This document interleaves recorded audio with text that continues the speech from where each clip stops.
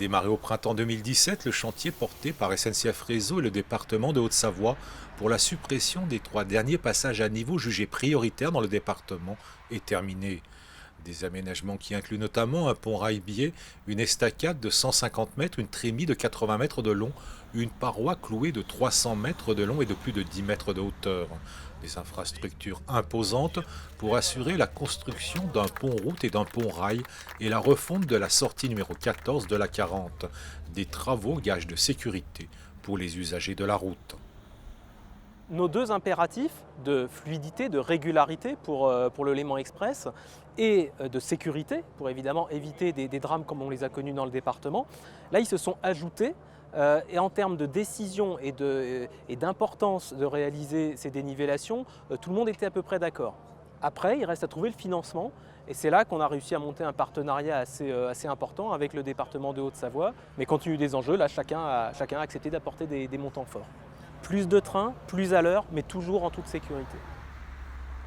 En supprimant le PN 90 et 91 à Régny et le PN 93 à Étrembières, SNCF Réseau supprime des passages à niveau périlleux. Les passages à niveau condamnés ont connu en une décennie une quinzaine de collisions de véhicules avec les installations ferroviaires. Des avancées significatives et prioritaires depuis le drame d'Allinges, près de Thonon.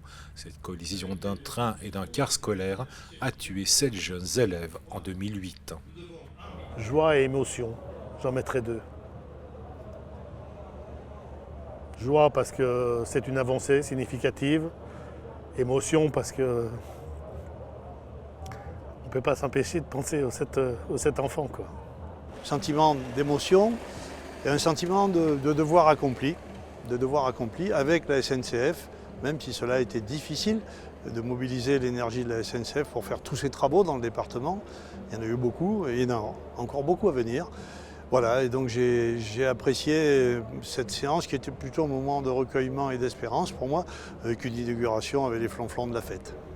Avec ces travaux, SNCF Réseau anticipe la mise en service du RER transfrontalier franco-suisse Léman Express, prévu en décembre 2019. L'ensemble de ces travaux a nécessité un investissement de 36 millions d'euros à part égale entre SNCF Réseau et le département de Haute-Savoie.